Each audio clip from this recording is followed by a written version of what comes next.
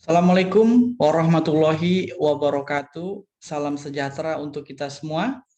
Masih semangat belajarnya? Harus semangat. Jangan sampai kendor.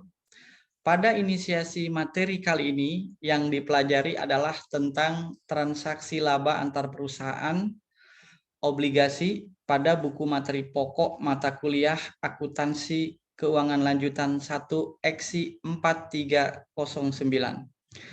Seluruh mahasiswa dapat mendownload inisiasi yang telah disediakan dan juga dapat mengambil referensi dari tempat lain seperti buku, artikel, website, maupun hasil diskusi dengan teman-teman. Dan setiap mahasiswa wajib mengisi yang pertama, mengisi daftar kehadiran atau absen. Yang kedua, mendownload materi-materi seperti PPT, BMP per modul, dan bahan lainnya yang telah disediakan. Yang ketiga, jangan lupa menjawab pertanyaan diskusi. Pada forum diskusi ini, mahasiswa harus melakukan diskusi yang sudah dipersiapkan sebagaimana mestinya.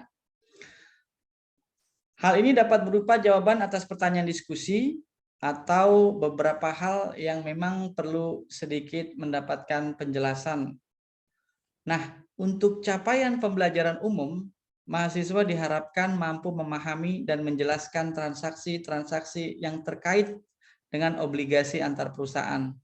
Sementara, capaian pembelajaran khususnya adalah mahasiswa dapat membedakan antara utang dan piutang antar perusahaan, aset atau kewajiban dari entitas konsolidasian. 2. Menunda laba yang belum terrealisasi dan selanjutnya mengakui laba pada transfer obligasi antara perusahaan induk dan perusahaan anak. 3. Mendemonstrasikan bagaimana entitas terlapor konsolidasian secara konstruktif memensiunkan obligasi. Nomor 4. Menyesuaikan perhitungan jumlah kepentingan non-pengendali laba antar perusahaan pada transfer utang.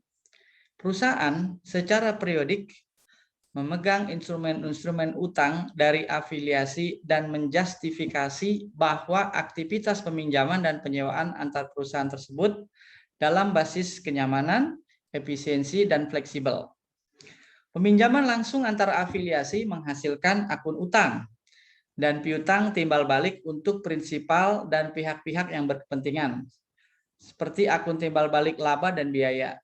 Perusahaan mengeliminasi akun-akun timbal balik ini dalam menyusun laporan keuangan konsolidasian karena utang dan piutang antar perusahaan tidak merefleksikan aset dan kewajiban dari entitas konsolidasian.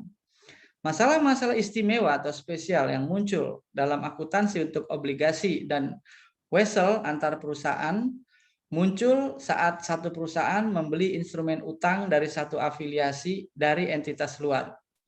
Pembelian seperti itu merupakan penghentian atau kita sebut dengan retirement utang dari sudut pandang entitas konsolidasian.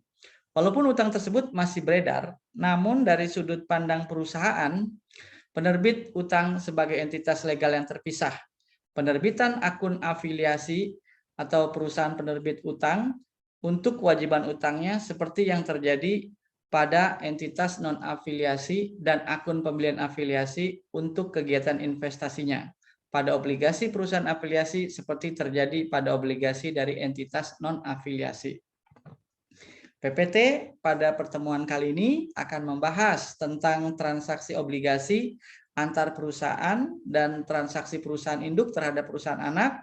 PPT ini juga menyediakan atau membuka nalar berpikir kita terkait transaksi obligasi serta contoh soal yang para mahasiswa dan mahasiswi pelajari dan pahami. Itu aja dari saya untuk sesi inisiasi 6 kali ini. Pesan saya tetap semangat, tetap sehat. Wassalamualaikum warahmatullahi wabarakatuh.